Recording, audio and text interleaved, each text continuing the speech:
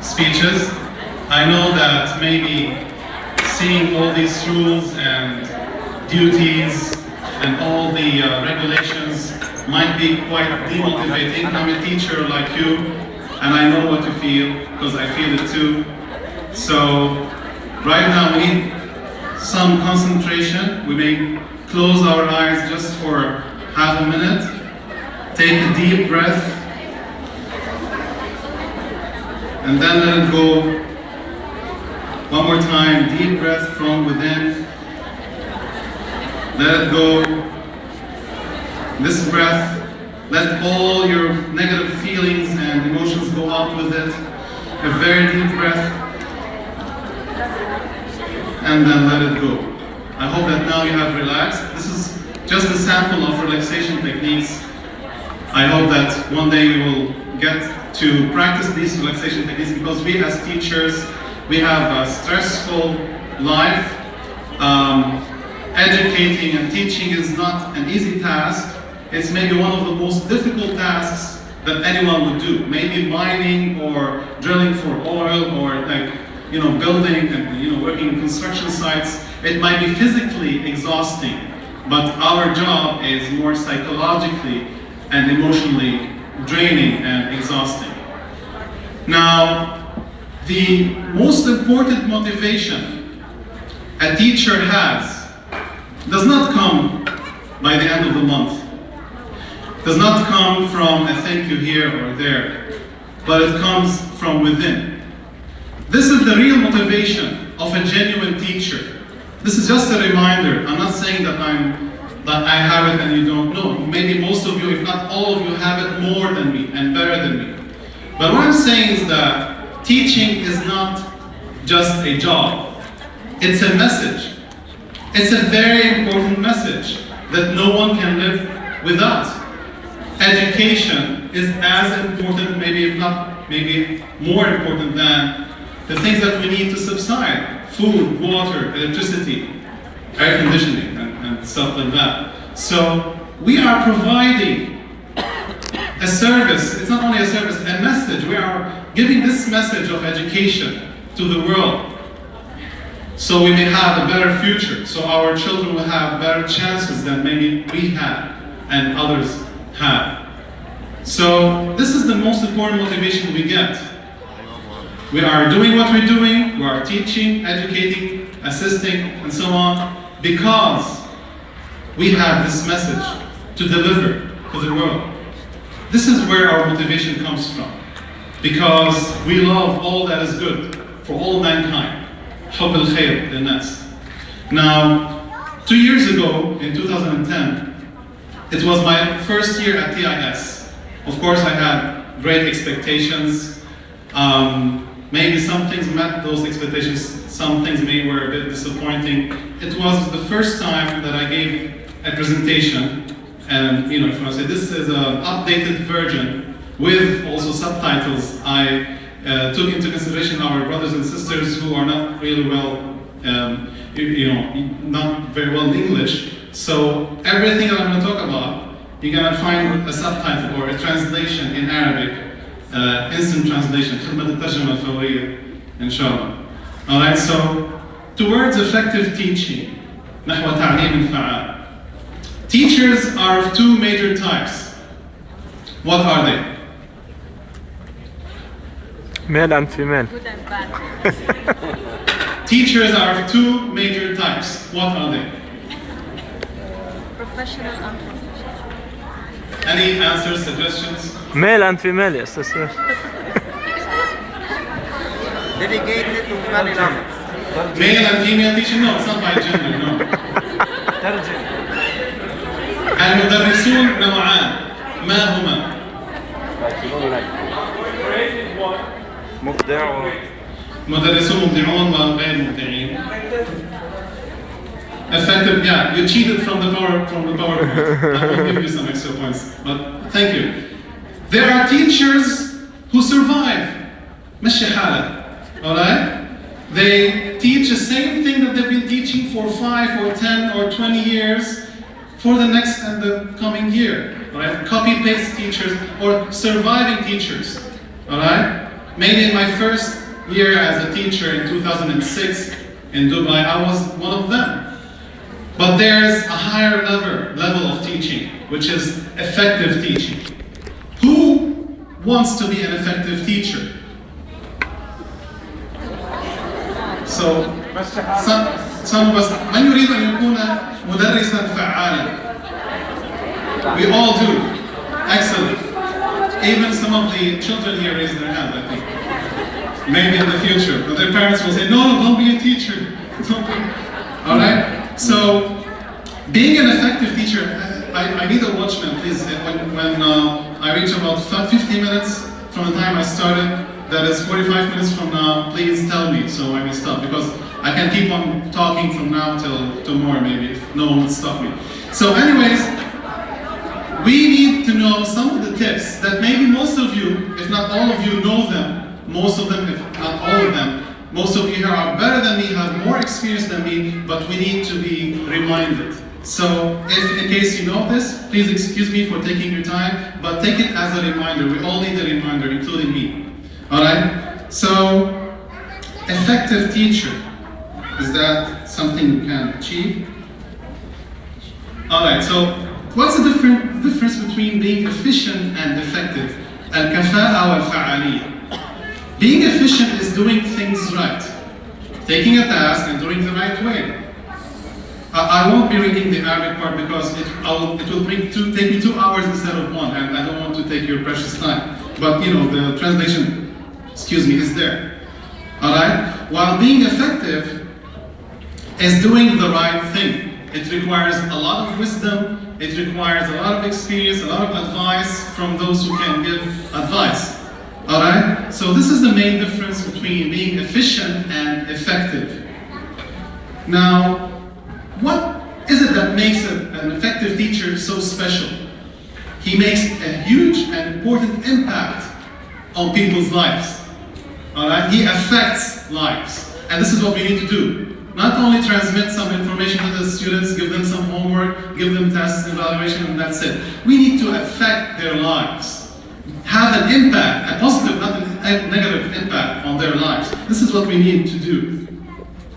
Alright, what are the characteristics of an effective teacher? If we had time, if we could have made it like a workshop, we could have wrote down and all that, but we're gonna skip all that, unfortunately. I would prefer to have an interactive setting, but you know, this is what we have now.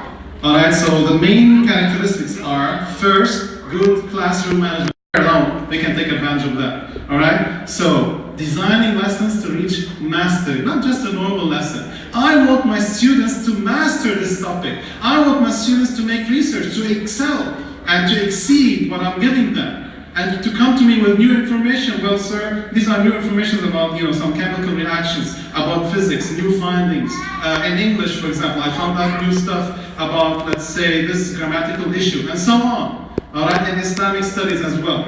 Alright, so this is how he designs lessons, and also he has positive expectations that students will be successful.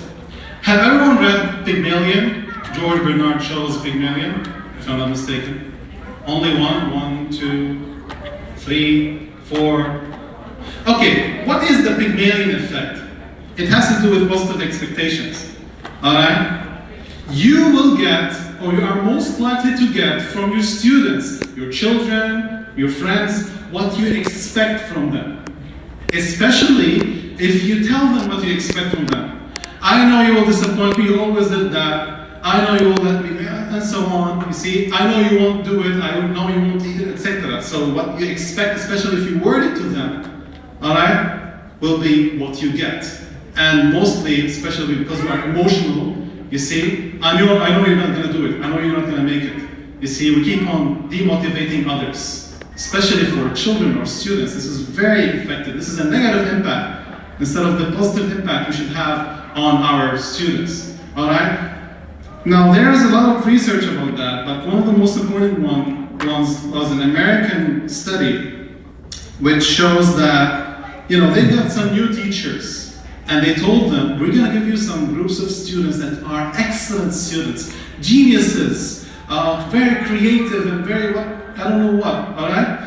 But those students were normal students, average and even below average.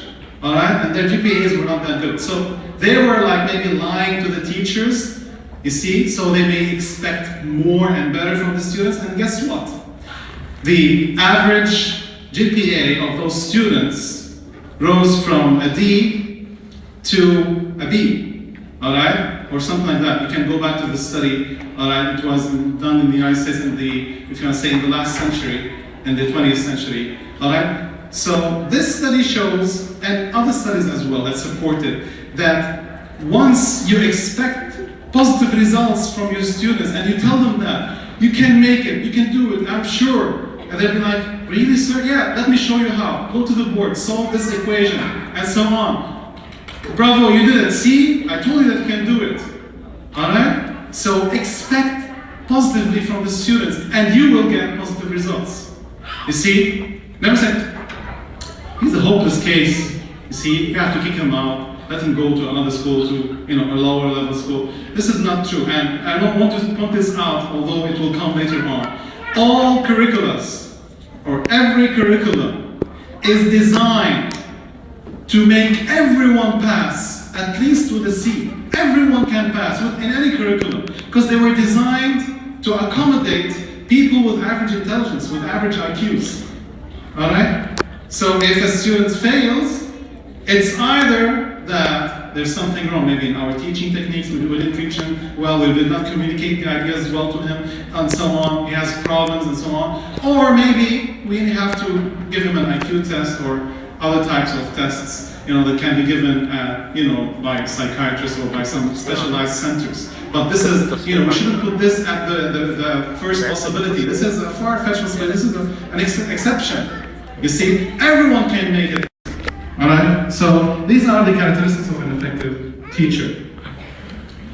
All right. What helps students learning? First, class management. A student will learn better in a classroom that is well managed by the teacher. Secondly, learning processes, how learning is done. And of course, learning should cater everyone. Those who are mostly or predominantly visual learners, those who are auditory learners, and those who are kinesthetic learners. Of course, you know about these three types. Al-Basari, Wal-Sam'i, Wal-Hissi, and all these types. How can that be done?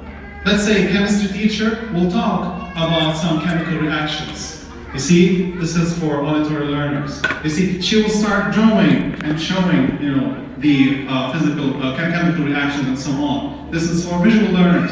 Kinesthetic learners, let's go to the lab. You see, many students are like, oh, we're going to the lab. They like it because they like hands-on activities and so on. They can learn better. All right. So in any subject, math, Islamic, Arabic, let them do, see, and hear from you. Try to make all their senses active and attentive while you are teaching and presenting to them.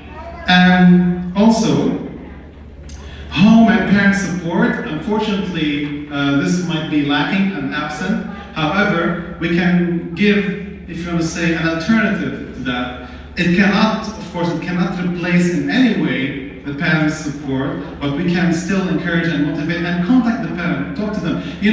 I'll tell you a small secret, that some students here had problems, academic problems. I didn't talk to them, I talked to their parents. I found out that their parents were putting them down, demotivating them. Idris, yeah, kaza, you should study, do this, do that, etc. By putting him down. Anta مش فالح, you'll never pass, you'll never succeed. Look at your mediocre results and so on. Alright? So I talked to the parents, they changed their approach, and alhamdulillah, there was a breakthrough. It's not only the academic results which improved, but also his character. You see, and his relation with his parents. You see, I don't want to disclose any names because I'll be breaching confidentiality, and this is part of our job as school counselors. So anyways, you see, we should also give the support, the encouragement, and the motivation as much as we can. And also, the fourth element is teacher and student interrelationship. The traditional approach of teaching, especially in our part of the world, is that the teacher should have a haybi, all right? Is like some kind of a dictator, or some kind of, Darth Vader, for those who know Star Wars. I am your teacher. So on. Right? He should be intimidating, mukhif, mur'ib. Alright? Look what's happening now to dictators. You want to follow them? Of course not. I'm not going to talk into politics, but take an example. خذوا العبرة. All right, don't be like them. You see, because they will perish, and many of them perished. You see, so the best approach is to be firm but friendly. What does it mean to be firm? Quality control in class. You see, look, guys, we have this and that to do today. These are our tasks, and of course, the long-term tasks, short-term tasks. We have to do them. Please, we don't have any time to waste. Okay, guys, in a friendly way. Let's see how we can do them. And so on, divide responsibilities, and so on. All right? Firm and friendly. You see? This is the balance, if you want to see it. Not too friendly, let's drink some coffee and so on. Let's go down and go to the Hajj and buy some sandwiches and sit down and talk, forget about studying. No, maybe sometimes students need that. But I'm not saying that this is the approach. Firm and friendly. Show them that you care, show them that, you have a purpose, you are dedicated, and they will follow. When they will see your dedication, when they will see the effort that you're giving, they will follow. And they say, okay, we are following you. Now, of course, there are 27 categories, you see, which help students learning, but these are the most important. If we can focus on implementing these 4, that will be enough. I think it will give us much better results. And you can still know the other 24 factors from that link. This PowerPoint presentation is yours. No down payment, no interest, and money back. No, there's no money, so it can be money back guarantee. Anyways, you see, it's all yours. You can ask for it. I will send it to Mrs. Maybe she can forward it to all of you. All right, so you can check your email and get it, and so on. Now, having a positive attitude. Wow. Is it something easy to have a positive attitude? It's not. I'm not going to claim it is. It is completely not something easy. Now, a characteristic of a good teacher, main thing is that a teacher is benevolent. He loves good for others, and philanthropic. He loves all humans without any discrimination. And I think all religions and all ideal philosophies, will agree with that. You see, if we read in our books and our teachings, we'll see that, yes, this is what we have to be. All right? So this is the main characteristic. All right? Also, you have to show the students that you care. Let them feel it from the way you teach. اليوم عندنا هالدرس ما حلو نروح there's now smart board, okay? حط لها flash memory It shows that you don't care, you see. The energy you bring into class with you, all right? And I'm talking about bringing it into class with you, which means that let me tell you a small secret about how to separate your worries and problems outside school, maybe in school, at home, on the street, the traffic and so on. You see, once you are going to enter the class, okay, لما تدخل للصف, you know the door. Before you open the door, just close your eyes for a small second and imagine that you have put all your worries and all your concerns in a bag, okay, and leave that bag by the class's door. حط كل همومك بحقيبة، طبعا حقيبة خيالية يعني تخيلها.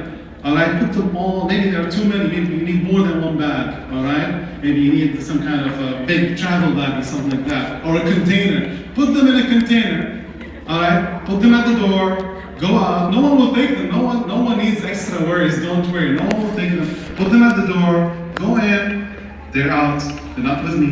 And once you go out, pick them up and go. بس احيانا بس تفتح الصف وتشوف منظر الصف من ورا الرياضه تقول احلى. This is a different type of worries. Now you come to the class with no worries. You have a capacity for new words and you can manage them. قول بطلع بالملأ بفوت احسن. You can manage them and you can do it. I know that. You see, positive expectations. All right. So and they will know it. Students are very sensitive and they have sensors, brain sensors, and they can know if the teacher or whether or not the teacher cares for them or not. So be genuine, be sincere, all right? Also, don't rely on hearsay. Did you hear about that student? That student is such a troublemaker. He's so hyperactive. He's so bad, ill-mannered, and so on. They were like, maybe you've never met that student before. But like, oh really? How can I teach such a student? Oh, So you come to class, maybe you've never talked to him before, you've never seen him before, and you're like, sit down! Don't talk! And he's not talking. What did I do, sir? You're that student, huh? I know how to deal with it. Let me see, alright? So don't rely on hearsay. I don't know if I told you before, 2 years ago, for those who were here, there was a student who was labeled as hyperactive, okay? You know, my teacher, the one who taught me while taking my teaching diploma in Hagazia University in Lebanon, told me about this case. It was in the United States, alright? So she came into class, she saw the student, he was like this. Alright, on the chair, moving, and then, she asked a simple question. She didn't rely on hearsay. The teacher asked a simple question. Do you want to go to the bathroom?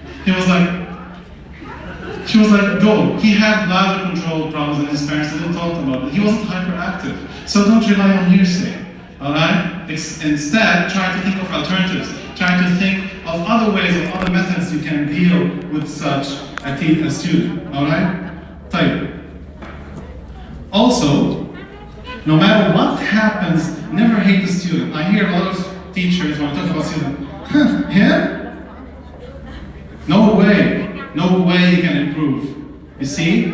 Or they will say it literally, by words. I hate that student. I hate him so much. You see, when I see him, I feel that I want to, I can't, I'll be kicked out. Oh, there are cameras, so I can't do that. Maybe outside school. I said, alright? So whatever happens, no matter what they do, don't hate the student. Alright? This is idealistic, I know, but I'll tell you some things about it and how to do it. Alright? You can hate actions and behaviors and characteristics or attributes, but never hate persons. Alright? Don't hate the person, hate the action. You have to dissociate between the action and the person. If you associate, he's going to be like you say. You want to make your son or daughter a thief? Tell him, أنت حرامي, أنت سراق, you're a thief, you're a thief. He's going to be programmed to become a thief. And you programmed him. Bravo. Alright? Or كذاب, you want him to be a liar? Tell him, أنت كذاب, أنت كذاب, you're a liar, you're a liar. He's going to become a liar. We program people in a very negative way, and we need to get rid of that.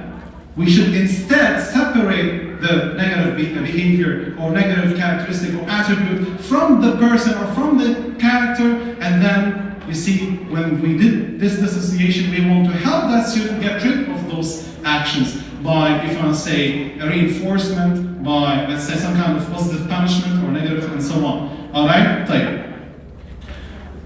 Also, you can say, like, just as an example, you're a good guy, I care for you, or a good girl, let's say for girls. I see, but what you did was bad. What you did, not you. You're not bad, but that thing that you did, you see, maybe late fake.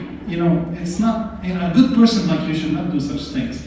He'd be like, listening, yes, I do this with my daughter, I do this, with my students and so on. It works perfectly, all right? Also, hence, instead of associating the person with the behavior or attribute, let's say lying, stealing, being lazy, being stupid, and so on, you dissociate them. Dissociate. This is what we need to do. Alright? And where did we learn this? We learned this from our scriptures, from the Quran. Prophet Lut, who knows Prophet Lut or Lot? And he's also a biblical prophet. He's also in the Bible, in the Old Testament. Alright? He said, قال إني لعملكم من القالين. He said, I do detest your doings. He didn't say I hate you. He didn't say I detest you. He said I detest your doings. Because if he said that, if he detested them or hated them, he wouldn't have cared. He would have deserted them. I don't care for you guys. I'm leaving. You see, but he cared for them. He was giving them advice. He was trying to help them, to make them change and improve and so on. He said, I hate what you're doing, but I don't hate you. So this is what we need to adapt. Or adopt, sorry, maybe I think being exhausted affected my English. Also, having a positive attitude is the key element to having a better life in everything you do. While you're driving, while you're teaching, while you're parenting, with your friends. You see, because how would you get angry? You see, a positive attitude is like a fire extinguisher for your anger. You see, that's fire extinguisher. Because what makes you angry is, let's say, a negative comment, an insult, a negative action, you see, and then you perceive that action as provoking, you start rising and so on, etc. And then you want to jump on that person, punch him and so on, or like, let's say, or insult, or, la samhallah, God forbids. You see? But if you have a positive attitude, you will deal with it in a different way. You see, whatever you perceive, whatever you hear, whatever you see, whatever you touch or feel, goes through the spinal cord, all right, through your limbic system to the frontal lobe, which means that perception, you feel it, ihsas, all right, masha'ir, emotions, and then thinking, all right, and we react on 3 levels. Sometimes we react on the level of reaction. It reaches the spinal cord immediately. Emotions. Why did you do that? You see? Why? And emotions, we react or we get, sad, we start crying. Not only anger. Anger is not the only emotion, but it's the most predominant emotion in our Occidental world, unfortunately. Alright? And thinking. How should I react? You should take time. Take a deep breath, take your time. No, I shouldn't react. I shouldn't insult, I shouldn't hit. I should, try to calm him down. Okay, let me calm him down. Let me talk to him on the side. I need to talk to you, please. Why did you do that? Why did you say that? And so on. Alright? So take your time, don't react immediately, and alhamdulillah, we have a gift called the neocortex that other animals don't have. Alright, which is the frontal lobe of the brain. Al-Nasiya, in Arabic it's called Al-Nasiya. Use it and to think how you should react and how you should control your emotions. Alright? And this is an advice for me. All what I'm saying is I need them the most. I'm not saying that I have them and you need them. We all need them and I need them the most. Alright? So adopt the concept of having a positive attitude, تبني موقف الإيجابي, because you should have, of course, positive thinking to have a positive attitude. Think positively, no matter what happens to you. This is a key for life, not only for teaching but also for life. Let's move forward. Plan ahead. All right, planning ahead, because as they say, if you don't plan, you're planning for failure or you're planning to fail. All right. I know that maybe many of you, if not maybe most of you, would go to the classroom unprepared and they might do an excellent and wonderful job. This is a fact. This is a fact. I know that maybe we have it, maybe sometimes I do it. You see, but make sure that if you have planned for that before, you would have done a more amazing, spectacular, wonderful job in the classroom.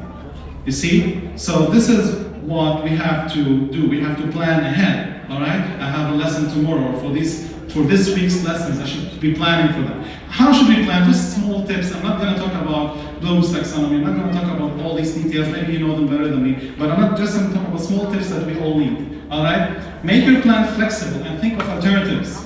Maybe the students will not interact with you. They'll say it's something strange, a new concept, and so on. Try to approach it from a different angle. Keep all alternatives in your mind. خلي كل البدائل براسك. Keep them all in your mind, all right? And then think, okay, if this way doesn't work, I have plan B, and then maybe plan C. Our problem, unfortunately, in this part of the world, is that when plan A doesn't work, we will do plan A again. And if it doesn't work, let's redo plan A. Plan A again. We don't have any other plans, unfortunately. You see, because we're not good at planning. This is one thing we're not good at. We need to be good at. I'm not saying that this is the case forever. I'm saying that we need to change and improve, inshallah. All right? Also, be ready for unexpected situations. Maybe the head of school will come to the school and give a small speech about the uniform, about coming late, and so on. Keep that flexible area in your plan, right? So you can accommodate. Maybe let's say most students didn't come, they were sick, I don't know what. You see, keep your plan flexible and be ready for unexpected situations. The computer didn't work, the PowerPoint. Let's say your flash memory, let's say had a virus and the PowerPoint got ruined. You see, what can I do? I can't teach anymore. Khalas, my PowerPoint is ruined. You see, sit down in class like this, and everyone is saying, giving you condolences. بقية حياتك, you said PowerPoint methods. No, have alternatives. You see, online and apply them. All right? Never trust technology 100%. You see, because you'll be disappointed. All right. Also, before you go to class or when you are planning, use your imagination, use your visualization process, all right, to imagine and visualize the way you will perform. It's even acting. Maybe you'll be standing at home and acting. Your wife or your husband will be like, "What's wrong with him or with her?" You know, he's talking to himself or she's talking to herself. I should call a doctor for that, you know, and someone. No, this will make you better. This will make you more prepared. You go to the class, you know, to do something, to give a small, a great impact, inshallah, positive one. All right. Also, prepare yourself for all levels. You see, students are at different paces and different levels. You see, you have students who will finish like this. You give them a paper, like a classwork. Sir, we finished. Are you kidding me? Yes, I finished. And he shows you.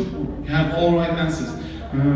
Sir, can I go down? I'm bored. Some teachers will be like, yes. You see, because, as a reward for him because he did his job. No, let me challenge you by giving you something tougher. All right?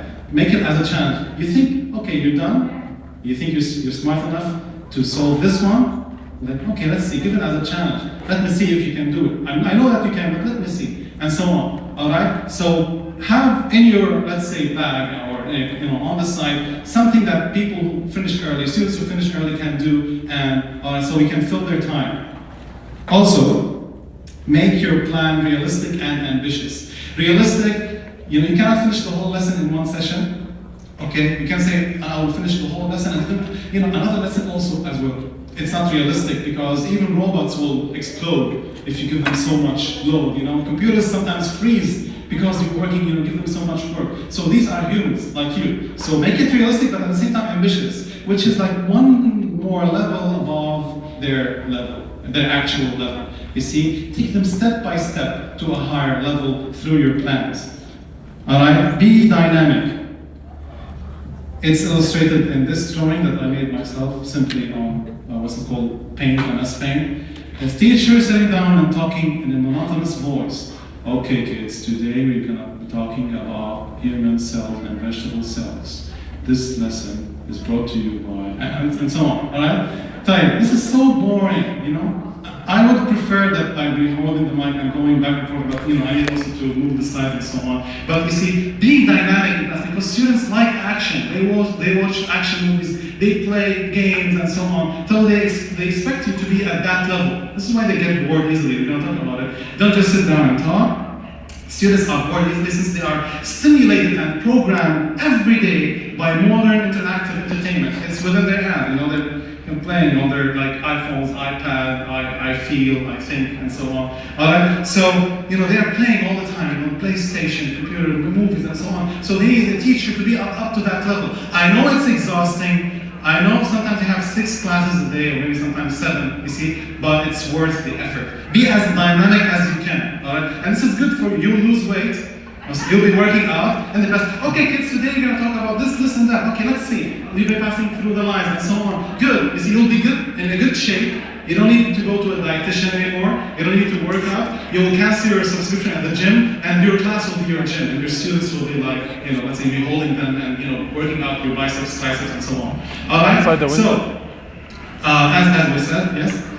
Make your classroom performance entertaining and enjoyable within limits. I'm not saying that you should be a clown, all right, put in makeup and put in a big red nose and a bushy hair and so on, all right, you see? No, within limits, of course, without, let's say, diminishing the amount of the lesson that should be given to them, without, let's say, making it oversimplified to a way that it will lose its, let's say, taste and it will lose its value. Make it enjoyable, and that can be done through the activities, through, let's say, showing them some movies and so on, giving them some tasks, putting them into groups, making competition between the students. All right, and also apply fun learning. Mr. Sana talked about it. And of course, if you Google fun learning, alhamdulillah, we have Uncle Google who knows mostly everything. Even when you lose your wallet, you can say, where's my wallet? And he will show you on the Google Maps, here's your wallet, you see, and so on. Yeah, so take advantage of that. Just put fun learning and you can learn about that. Of course, this presentation is not a complete training process, and we hope that during the year we'll have some professional training in cooperative learning and motivation and so on. I personally prepared something for motivation and emotional intelligence, how can it be applied in education and so on. Maybe in the coming days, inshallah, hopefully. You see, but these are some outlines that can help us, just this piece of advice that we all need to go and to reach somewhere higher than we reached in the years before. Also motivation. 34. We were talking about teachers being motivated. Of course, teachers need to be motivated to motivate, and we communicated with Ms. Rana our concerns and our worries and so on, and we hope that maybe the outcomes will be to our own benefit, inshallah. But as I told you, the most important bit of motivation for the teacher comes from where? Money. I talked about 5 minutes about this when I just started. It comes from within. You see, from within, your convictions. I have a message to deliver. You see, I love these guys. I want them to be better. I want them to improve and so on. You see, money is your right. You see, you teach, you get your money. This is your right. That's not the motivation. Motivation should come externally as incentives and encouragement. But the most important motivation that no one can take from you and no one can put into you except for yourself, which comes from within. All right. So the worst nightmare a teacher could have is completely demotivated students. Students who don't care about studying. This is a nightmare for a teacher, all right? Now, all you need to do is to motivate them the right way. And just small tips, we're about to finish in about 5-6 hours, minutes, all right? Motivating them the right way. First, give them a push, give them a good start, all right? An easy quiz, all right? It's like a taste of success. Because if you don't give them that taste, they won't have the yearning for it. They won't be like, oh, I want to have this taste again. Because they never tasted it, I will never taste it. You see, I will never pass. Once you give them a taste of success, when they lose it, they'll be like, oh, we want to have it again, and so on. You see? So give them that push, encourage them. You see, I showed you that you can do it. Now you have to do it for the whole year. But not only when you will be their guide, and so on. Okay? Also, always remind them that they can do it. You can do it, I'm sure. The curriculum is designed for your success, even if you only get the average. This is your level, maybe. But even if you get the average, this is how the curriculum was designed. No one can fail in that curriculum, and so on. I guarantee. All right? So remind them that they can do it, but it depends on their effort. You know, people are of two types. One that would blame external, let's say, circumstances. There was a lot of traffic, there was no electricity, or maybe this is only in Lebanon, or maybe also in Egypt, and so on. There was, I don't know what happened. You see, these excuses, some of them may be valid, but they're not, you know, if you want to say, valuable in a sense that you can always do it, no matter what. You see, unless it's something that is overwhelming and beyond your capacity, then you may be excused. And I'm talking about those lame excuses that some students bring to class, all right? So, you can do it, but it depends on your effort. Any guidance you need, I can offer it for you here in this classroom. Ask questions, try to test them, and so on, all right?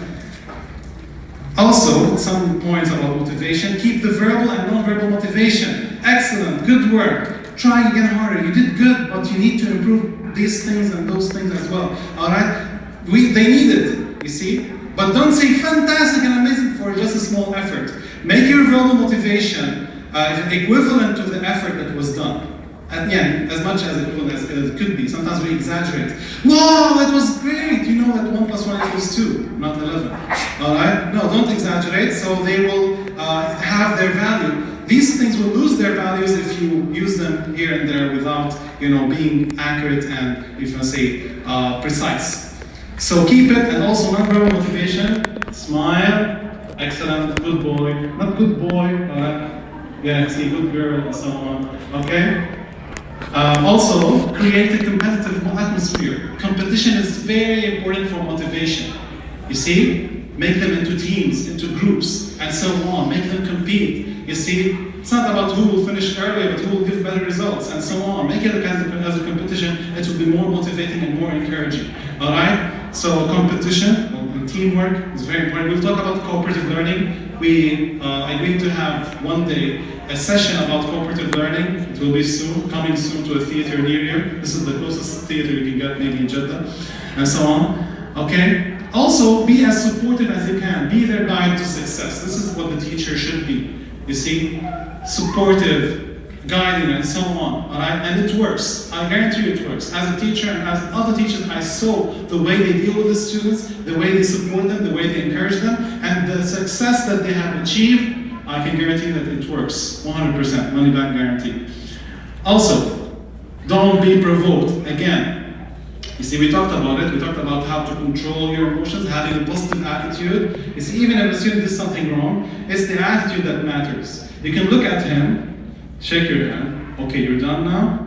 The joke is over? Okay, thank you. We will carry on. Okay? You can give a verbal warning, you just give the stare. Look. See, he's staring at him and he will stop. You see? And then maybe after the class you can talk to him. You come to an agreement with him. Alright? Show him that you care. It's for his sake and for the student's sake. It's not because you hate him, you have a grudge against him, you want to take revenge and to retaliate. It's not intiqam, it's because I care for you and for the students, and you shouldn't be wasting their time and their effort and so on. Alright? So if you are provoked, you lose. It's not game over, no, you have to restart and so on. Alright? First of all, this is Zen teaching, calming down and controlling yourself. First of all, practice the best strategies to tackle the provocative situations. Alright? How to tackle it. Sometimes you overreact and you know it. Maybe you overreact because you brought into class the worries and the problems you have from outside. You should put them at the door. Put them in a big container if there's so much worries and so on. Put them at the door and go in. They are outside. They didn't come with me. It's psychologically effective. Alright? So there are so many strategies to tackle the provocative situation with a what? A PA. What's a PA? We talked about it. Public display of affection? No, of course not. With positive attitude, exactly. This is the best way to deal with problems. Thank you, Bilal, but you should try harder next time. You see, this is an example. Remember that if you explode, they win and you lose. You should not allow yourself to explode. You should not allow yourself to be provoked. Control yourself. There are a lot of breathing techniques, we're going to talk about them. Maybe not in details, but maybe I think Miss Dana Saab is here. She's there. She is also, mashallah, well versed in her domain, and I'm still learning. I see my way through that. Of course, they help a lot. We talked about this. Remember that if you scroll in. الكتير يا استاذ ساري. Anyways. بدي اياها كلها هو كل الشيء. Anyway, we move ahead. No problem. There's something missing. They're missing a slide. Maybe on my laptop. صارت 42 Also, keep them busy, because if you don't keep them busy, هو بلش they're going قبل to be كمان. their object. You see, they're going to play with your buttons, try to, let's say, provoke you and so on. You see? يعني إذا ما بتشغلهم حيشتغلوا فيك بكل بساطة بالعربي الدارج. Alright? Keep them busy. Let them do activities. Let them do some presentations. Let them be hands-on all the time. Alright? So by keeping them busy, you're making sure that they won't do anything else. They will only do what you assign them to do, and they'll be enjoying it if you are doing it the right way and the proper way. Alright? This is the most beautiful scene a teacher would ever like to see. Students sitting down and doing their classwork and so on. Yes, maybe it can be better by, let's say, group work and interaction, but sometimes you need them to do those tasks, but once they do them 100%, you'll be very happy, very comfortable, and so on. هي بدبي مش هون. Also, these are the last few points. Understand their youth culture. You see, because it enhances and improves what? Communication and mutual understanding. It's a good icebreaker that will help you understand them, since they think that you don't know, what they know.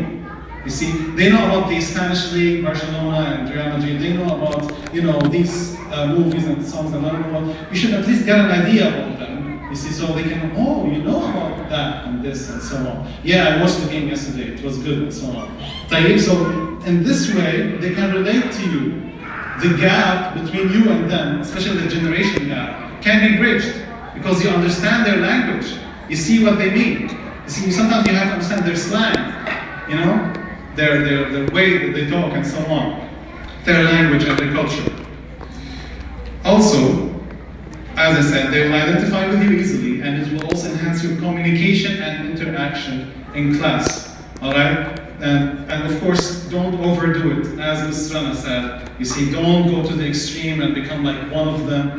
You see, no, I'm not saying that you should separate yourself that much, and also not saying that you should merge yourself into them and become one of them. You are a teacher, you see, but a friendly and firm teacher at the same time. And they can relate to you, they can communicate, they can trust you, they can talk to you about their concerns and so on. You see, but still, of course, there are limits and lines that should not be trespassed. And last but not least, do not lose hope. This is a student I had in Dubai, and as you can see, 2008. I was trying to encourage him to get a full mark. I knew that he was very smart, very intelligent, but he didn't give an effort. He was demotivated. He was one of those demotivated students, unfortunately. So by encouragement and by some support and help, he finally got a full mark, and we took this historical, if you want to say, photo that should be put into museums, and it should be entitled, "Never Lose Hope, no student is a hopeless case." And the last word I'm going to say, your influence, it's your choice. Okay? Your words and actions make a significant influence and impact on the students. And that influence can be either positive or negative. It's your choice. You choose the way you want to influence them. You choose the kind of impact you want to have on them. And know that the best fruits of teaching are the positive influences you had on your students, contributing to their success. When I know that some of the students I used to teach years ago are going to graduate from university this year. Yes, I'm getting old, I admit it. You see, not that old, but I feel that I'm getting old, but because my students whom I taught years ago in grade 9, 10, and 11, now they're going to graduate from university. So, yeah, I admit it. But once you see them graduating and they starting to work and to produce, you feel proud. You feel that these are the fruits that that I got. You see, these are the most important fruits you can get, and these fruits will, if you want to say, fuel your motivation, your intrinsic motivation. All right? So these are the best fruits, you see, are the positive influences you had on students contributing to their success. A teacher's pride and joy is having a good influence on his students. And this is what we should intend to do this year. Maybe some of us, if not most, if not all of us, were not satisfied with last year or some of the things that happened last year. Do we want to repeat them again? Do we want them to happen again? Of course not. We will not allow anything to demotivate us and to pull us back. We should be doing all our effort to go ahead and to make some improvement, to make some impact, some influence, some positive influence on these students, you see, day in, day out, without anything in our way. And we hope that we should all cooperate and, if you want to say, benefit from each other's experience. I need to benefit from your experiences. You see, many teachers are new teachers. Maybe it's their first or maybe the second year as teachers. Maybe they're doing a good job, but they still need experience. So let's try to help each other and support each other for success. You see, this is the kind of interaction we should have. Not, if you have some skills, you shouldn't keep it for yourself. Share them. You see, a teacher will always do that. A teacher is never selfish.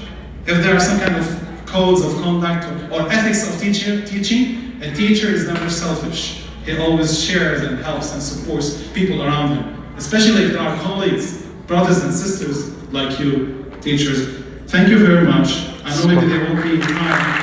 الله عليك على الوقت. I know there won't be enough time for interaction or comment.